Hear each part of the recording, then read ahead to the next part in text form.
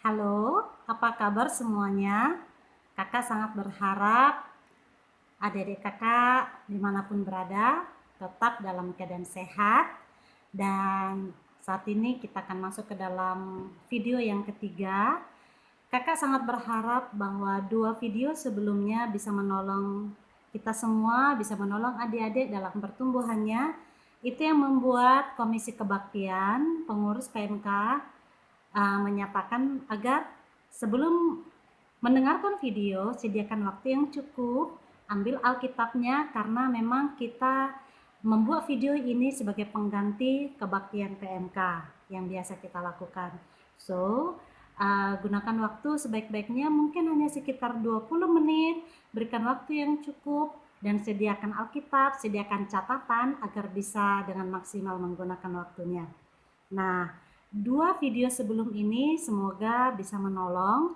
Diskusikan dengan pemimpin kelompok, berbicaralah dengan pemimpin kelompok agar bisa memahami lebih dalam. Nah, teman-teman, saat ini kita akan membahas topik yang ketiga sesuai dengan request, yaitu bagaimana kita bertahan melewati badai.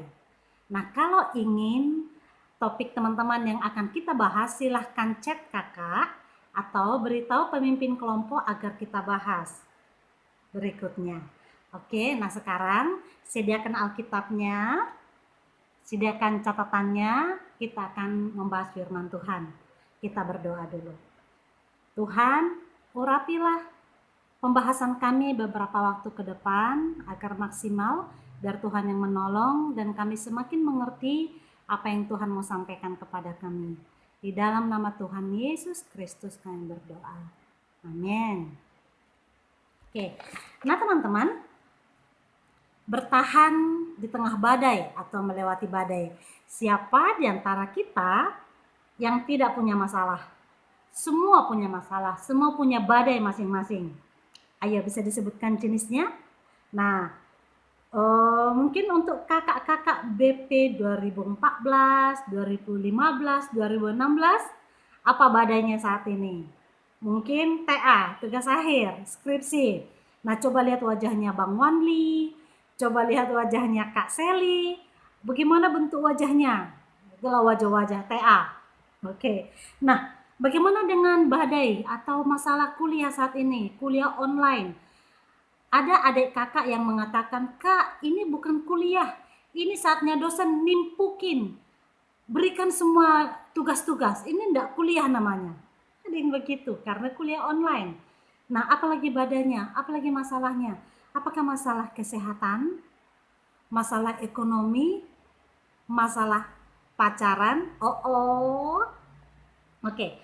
Nah, saat ini kita juga sedang sama-sama menghadapi virus, masalah virus yang tidak pernah terbayang kita akan hadapi ini di tahun 2020. Dan sampai saat ini belum ada obatnya. Nah, bagaimana kita melewati badai ini? Inilah yang akan kita bahas. Nah, jadi silahkan kita siapkan Alkitab kita, siapkan catatan kita, agar kita sama-sama membahas. Nah, teman-teman, kita akan membahas dari seorang tokoh yang terkenal, bagaimana dia melewati badainya. Kita mau melihat bagaimana dia bisa mengatasi badai pada masa dia. Kita pasti mau mengetahuinya agar kita pun mampu melewati badai di masa kita sekarang ini. Nah, tokoh ini sangat terkenal. Tokoh Alkitab yang akan kita pelajari dalam badai hidupnya. Siapa dia? Kakak akan tunjukkan gambarnya. Ya, oke. Mungkin tidak kelihatan karena apa ya? Karena tertulis seperti cermin. Tapi ini tulisannya adalah nama tokohnya Ayub. Ya, Ayub. Apa data-data tentang Ayub yang bisa kita sama-sama pelajari? Rata-rata kita sudah pernah dengar tentang tokoh ini. Dia orang kaya, dia pengusaha yang berhasil, dia punya ternak, dia punya hewan ternak yang sangat banyak. Yang kedua, dicatat dia adalah orang yang takut akan Allah. Yang ketiga, dia memiliki anak laki-laki dan perempuan. Secara catatan Alkitab, orang yang memiliki komplit laki-laki dan perempuan anaknya, itu adalah keluarga yang terberkati, komplit. Itu contoh-contoh catatan hal yang baik dalam dirinya. Lalu apa yang terjadi dengan dia? Ini yang akan kita sama-sama lihat. Yang pertama, semua hartanya habis, rumahnya, ternaknya habis karena musibah. Yang kedua, anaknya laki-laki dan perempuan meninggal karena musibah juga. Yang ketiga, Ayub terkena penyakit kulit yang sangat parah. Dari ujung rambut ke ujung kakinya, dia mengalami penyakit kulit yang sangat parah, yang berbau, yang Alkitab mencatat dia harus menggaruk penyakit itu dengan beling, dengan kaca, karena gatal sekali. Itulah yang terjadi kepada dia. Silakan teman-teman lihat di sepanjang kitab Ayub, itulah yang terjadi. Dan karena kitab Ayub sebenarnya sudah pernah kita dengarkan, sehingga pendahuluan ini tidak terlalu susah untuk kita pahami. Nah, kemudian teman-temannya ada 4 orang yang datang. Apa respon teman-temannya? Secara khusus kita akan bahas 3 temannya. Ada 3 orang temannya yang berbicara kepadanya. Dari pembicaraan ketiga temannya, kita akan melihat apa pendapat teman-temannya ini terhadap Ayub. Setelah 7 hari diam 1000 bahasa di samping Ayub, melihat bagaimana penderitaan Ayub yang teramat berat, akhirnya mereka berbicara. Mari kita lihat contoh apa yang mereka katakan. Silahkan buka Alkitabnya, baca bersama-sama dengan kakak. Mari kita buka kitab Ayub. Ayub 4,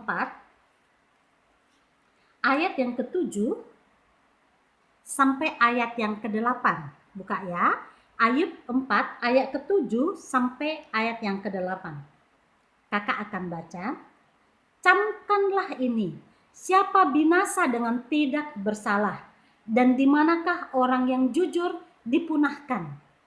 Yang telah kulihat ialah bahwa orang yang membajak kejahatan dan menabur kesusahan, ia menuainya juga. Apa arti kalimat dari temannya Ayub ini adalah di mana orang jujur dipunahkan. Maksudnya Ayub, kamu tidak jujur. Yang kedua, mari kita coba contoh Ayub 8 ayat 3 sampai 7. Ayub 8 ayat 3 sampai 7. Kakak tidak akan baca semuanya, nanti tidak cukup waktunya. Kita lihat aja. Ayat 3. Masakan Allah membengkokkan keadilan? Masakan yang Maha Kuasa membengkokkan kebenaran? Tetapi engkau, kalau engkau mencari Allah, dan seterusnya, apa arti dari kalimat sahabat Ayub ini adalah, Ayub, engkau tidak mencari Allah, engkau bersalah di hadapannya. Kemudian yang ketiga, Ayub 11 ayat 13 dan sampai 15. Jikalau engkau ini menyediakan hatimu dan menedahkan tanganmu kepadanya, jikalau engkau menjauhkan kejahatan dalam tanganmu dan tidak membiarkan kecurangan ada dalam kemahmu, apa kira-kira arti kalimat sahabat Ayub di ayat ini? Dia mau mengatakan, Ayub, engkau bersalah, harus rendahkanlah hatimu di hadapan Allah. Jadi menurut teman Ayub ini, itu hanya beberapa contoh dari sepanjang kitab Ayub. Nanti silakan cari sendiri dari kalimat-kalimat teman Ayub. Yang pertama, mereka mengatakan, Ayub, engkau adalah orang fasik dan engkau akan binasa. Yang kedua, mereka meminta Ayub agar bertobat karena dosanya yang besar. Yang ketiga, tidak ada harapan untuk orang fasik seperti engkau, Ayub. Karena penderitaan Ayub yang teramat sangat besar, teman-temannya mengatakan itu kepadanya.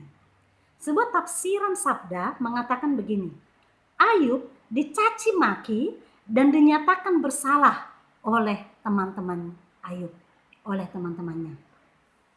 Jadi kita lihat gambar ini, bentol-bentol di tubuhnya, dari ujung rambut sampai ujung kakinya, dan penderitaannya yang teramat besar membuat di mata teman-teman Ayub, Ayub itu pastilah seorang fasik, pastilah seorang pendosa besar. Nah sekarang mari kita lihat bagaimana Ayub menanggapi penderitaannya, badai yang terjadi kepada dia. Apakah dia setuju bahwa Allah telah membuang dia karena dosa-dosanya? Sekarang mari kita lihat Ayub 19 ayat yang ke-25 sampai 29. Mari kita lihat. Bagaimana Ayub memandang kondisinya? Ayub 19 ayat 25. Kakak akan baca, silakan ikuti teman-teman. Tetapi aku tahu penebusku hidup, dan akhirnya dia akan bangkit di atas debu.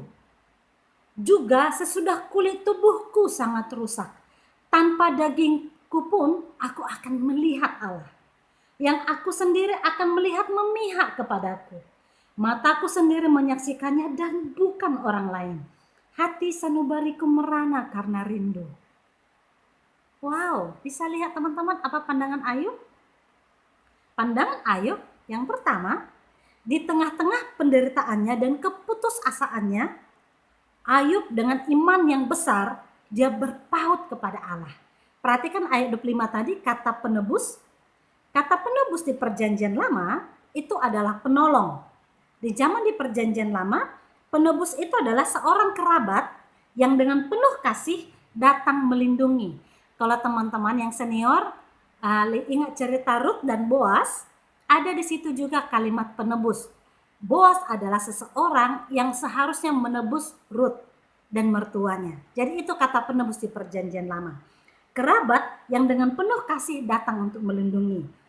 Ayub bisa melihat Allah, sang penebusnya. Ini sangat berbeda dengan cara pandang ketiga teman-temannya tadi. Ayub bisa melihat Allah adalah penebusnya yang menolong dia dalam kesusahannya. Yang kedua, Ayub yakin Allah akan bangkit berdiri.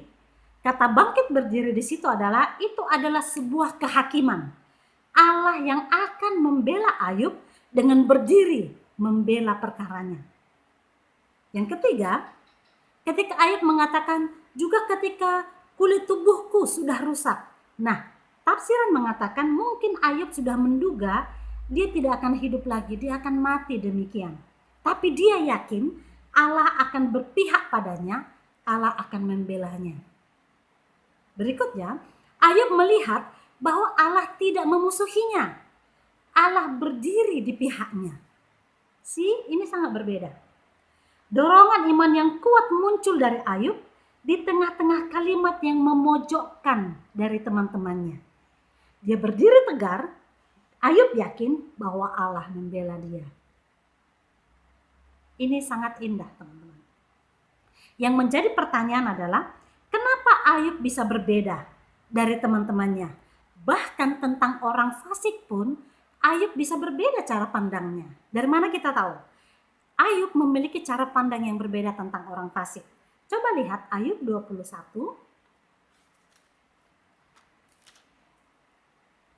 Ayat yang ke-7. Ayat 21 ayat yang ke-7. Kakak akan baca, silakan ikuti, baca bersama-sama dengan kakak. Mengapa orang fasik tetap hidup menjadi tua, bahkan bertambah-tambah kuat? Orang fasik menjadi tua bahkan bertambah-tambah kuat. Keturunan mereka tetap bersama mereka, anak cucu diperhatikan mereka. Rumah mereka aman, tidak ada ketakutan, pentung Allah tidak menimpa mereka. Ayat 10 tentang ternak, orang fasik aman, kanak-kanak tentang kambing domba itu sangat aman. Tapi lihat, Ayub bisa melihat bagaimana konsep hidup orang fasik. Ayat 14, ayat 15 mari sama-sama kita baca dengan kakak. Tetapi kata mereka kepada Allah, pergilah dari kami. Kami tidak suka mengetahui jalan-jalan-Mu. Yang Maha Kuasa itu apa? Sehingga kami harus beribadah kepadanya. Dan apa manfaatnya bagi kami kalau kami memohon kepadanya? Menurut Ayub, begitulah orang fasik. Konsepnya begitu dan mereka bisa saja sejahtera, bisa saja aman. Teman-teman, ini sangat berbeda dengan konsep teman-teman Ayub. Itu yang menjadi pertanyaan besar. Why? Mengapa Ayub begitu berbeda? Dalam penderitaannya, Ayub bisa melihat Allah berpihak padanya. Bahkan dalam perenungannya, Ayub bisa bilang, orang fasik bisa kok sehat. orang fasik bisa kok aman. Ini sangat berbeda teman-teman. Ini yang menjadi pertanyaan kepada kita, kenapa Ayub bisa berbeda dari teman-temannya. Nah, mungkin kita bisa menemukannya dari kitab Ayub ini sendiri. Coba kita lihat Ayub 1. Ayub 1 ternyata sudah memberikan keterangan tentang Ayub. Coba kita lihat. Ayub 1, kakak akan baca ayat 1. Ayub 1 ayat 1. Silahkan ikuti bersama-sama dengan kakak. Ada seorang laki-laki di tanah Uz bernama Ayub. Orang itu saleh dan jujur, ia takut akan Allah dan menjauhi kejahatan. Nah, kemudian ayat 2-nya tentang data-data anaknya laki-laki dan perempuan. Ayat 3 tentang ternaknya. Ayat 4 perhatikan. Anak-anaknya yang lelaki biasa mengadakan pesta di rumah mereka masing-masing menurut giliran. Dan ketiga saudara perempuan mereka diundang untuk makan dan minum bersama mereka. Setiap kali apabila hari-hari pesta telah berlalu, Ayub memanggil mereka dan menguduskan mereka. Keesokan harinya pagi-pagi bangunlah Ayub lalu mempersembahkan korban bakaran sebanyak jumlah mereka sekalian. Sebab pikirnya, mungkin anak-anakku sudah berbuat dosa dan telah mengutuki Allah di dalam hati. Demikianlah dilakukan Ayub senantiasa. Apa yang bisa kita lihat dari pendahuluan ini? Yang pertama, kedekatan Ayub dengan Allah sudah sekian lama terpelihara. Ayub sudah sekian lama memelihara hubungannya dengan Allah, jauh sebelum musibah itu menimpa. Itu hal yang pertama. Kakak ulang, kedekatan dengan Allah sudah sejak lama Ayub pelihara, jauh sebelum musibah itu menimpa. Yang kedua, Ayub sangat peduli tentang kondisi spiritualnya, bukan hanya untuk dia, tapi juga untuk anak-anaknya. Ayub sangat peduli tentang kondisi spiritualnya. Yang ketiga, perhatikan di ayat yang ke-8, bahkan Allah pun memandang Ayub berbeda. Silakan baca bersama-sama dengan kakak Ayub 1 ayat yang ke-8. Lalu bertanyalah Tuhan kepada iblis, apakah engkau memperhatikan hambaku Ayub?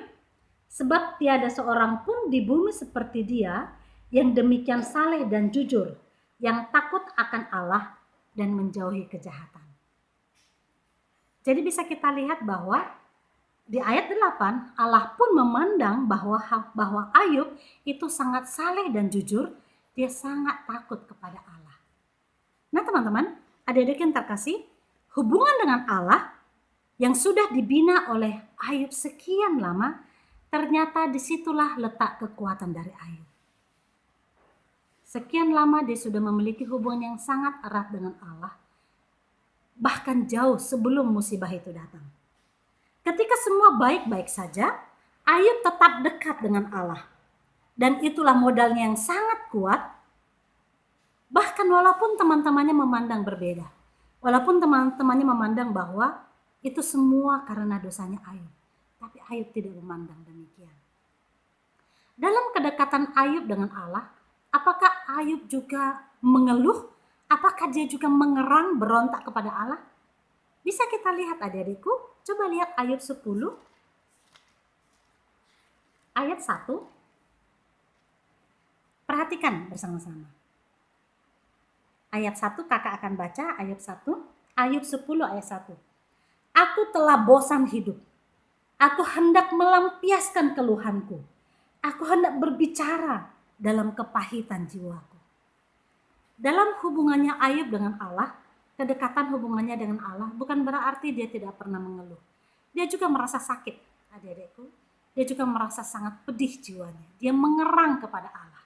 Tetapi lihat, konsepnya tentang Allah itu tidak berubah. Dia sangat dekat dengan Allah. Apa yang bisa mau kakak bilang di sini? Adik-adik yang terkasih, fondasi hubungan yang dekat dengan Allah itu tidak bisa dibohongi. Itu akan teruji. Dan itu tidak tercipta dalam satu malam. Kenapa Ayub membantah teman-temannya? Karena dia sudah lama bergaul dengan Allah, dia kenal betul Allahnya.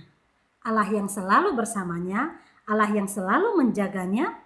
Menurut dia, tidak mungkin Allah mengutukinya. Seperti kalimat teman-temannya, dia mengatakan tidak mungkin. Nah sekarang coba lihat. Pengen tahu ending ceritanya? Benarkah Allah berpihak kepada Ayub? Coba lihat Ayub 42. Coba lihat Ayub 42 ayat 7 dan 8. Ini sangat menarik. Ikuti bersama dengan kakak. Kitab ini ditutup dengan kalimat ini. Setelah Tuhan, Ayub 42 ayat 7. Setelah Tuhan mengucapkan firman itu kepada Ayub, maka firman Tuhan kepada Elifas orang Teman itu. Murkaku menyala terhadap engkau dan terhadap kedua sahabatmu, karena kamu tidak berkata benar tentang Ayub seperti hambaku Ayub. Oleh sebab itu, ambillah 7 ekor lembu jantan dan 7 ekor domba jantan dan pergilah kepada hambaku Ayub. Lalu persembahkanlah semuanya itu sebagai korban bakaran untuk dirimu, dan baiklah hambaku Ayub meminta doa untuk kamu, karena hanya permintaannya lah yang akan kuterima, supaya aku tidak melakukan aniaya terhadap kamu, sebab kamu tidak berkata benar tentang aku seperti hambaku Ayub. Benar kan? Allah membela Ayub di dalam perkaranya. Teman-teman adik-adik yang terkasih, kakak mau bertanya, apa badaimu saat ini? Apa masalahmu saat ini? Mau disebutkan? Silahkan. Mungkin kakak tidak perlu dengar, tapi silahkan sampaikan kepada Tuhan, dia pasti dengarkan. Yang kedua, siapa pengaduanmu? Siapa yang engkau yakini akan menjadi pembelamu? Ayub berkata, Allah adalah pembelaku. Apa yang membuat Ayub bertahan? Itulah yang seharusnya membuat kita bertahan dalam badai kita masing-masing. Hanya Tuhanlah yang membuat kita bertahan melewati badai. Mari letakkan pengenalan yang kuat, hubungan yang kuat dengan Allah kita, disitulah kekuatan kita. Allah itulah kekuatan kita. Di ending cerita Ayub, Allah memulihkan kondisi Ayub. Kakak percaya bahwa Tuhan pun akan melakukan hal yang sama. Tuhan akan menolong kita melewati badai, termasuk virus corona ini. Sampaikan kepada Tuhan apapun yang ada di dalam hatimu, biarkan Tuhan yang memulihkannya. So, adik-adikku, silahkan diskusikan kondisi rohanimu dengan pemimpin kelompok, dengan teman-teman satu kelompok, bicarakanlah.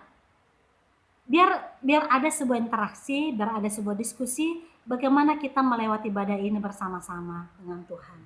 Saling menopang, saling menguatkan, karena itulah tujuan kelompok kecil. Terima kasih untuk semuanya. Biarlah iman Ayub ini bisa kita tiru. Letak kekuatan kita hanya di dalam Tuhan. Seperti Tuhan melalukan Ayub dari badainya, Tuhan akan melalukan kita juga. Amin. Kakak akan tunggu request berikutnya. Biarkan kakak tunggu chatnya. Dan teman-teman silakan cek kakak atau dengan pemimpin kelompok. Kita akan bahas topik berikutnya sesuai request. Terima kasih. Mari kita berdoa bersama dengan kakak.